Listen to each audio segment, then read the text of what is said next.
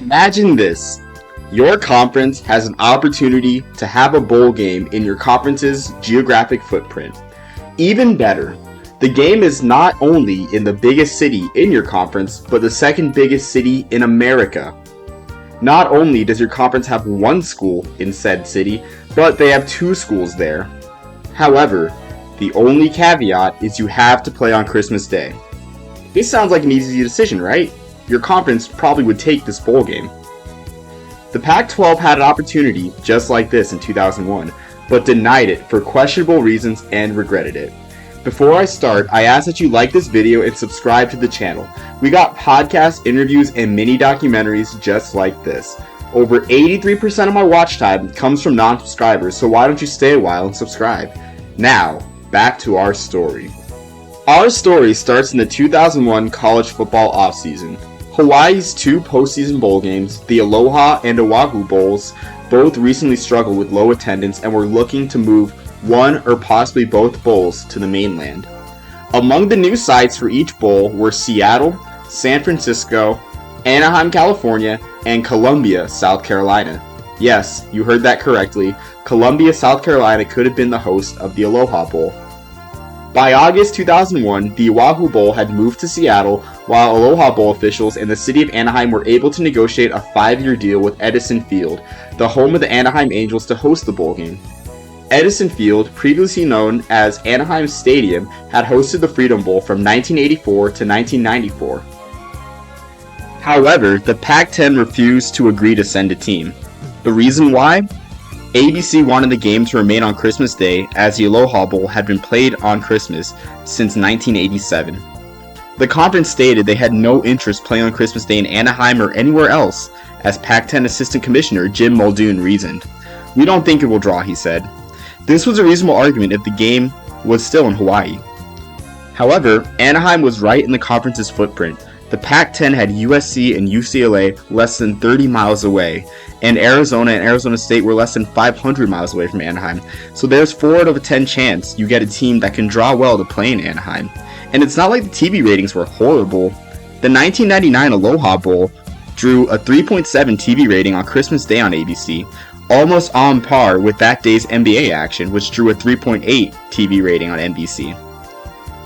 After rejecting the Anaheim Bowl tie-in, the Pac-10 would only have 5 bowl slots for its 10 schools. So, let's fast forward to late in the 2001 season. Can you guess how many bowl-eligible teams the Pac-10 had? Yep, they had 6 teams.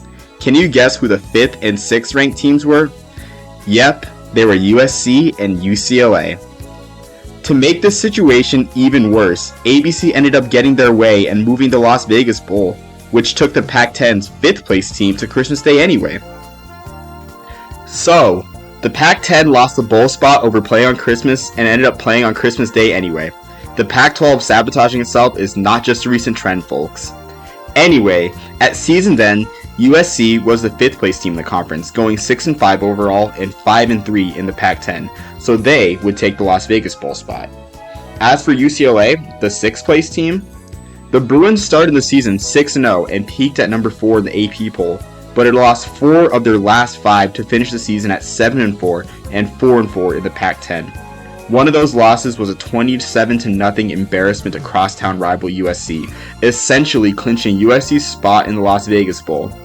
As a result, UCLA had very few options. Only 2 bowls had at-large spots, the Silicon Valley Football Classic in San Jose and the Humanitarian Bowl in Boise. If you want to know more about these 2 bowls, click on the card in the upper right-hand corner. UCLA seemed like a natural fit for San Jose's Silicon Valley Football Classic, as they were only 5.5 hours away from San Jose.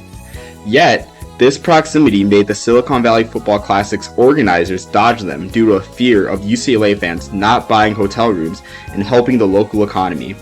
Instead, the Classic chose 6-5 Michigan State from the Big Ten.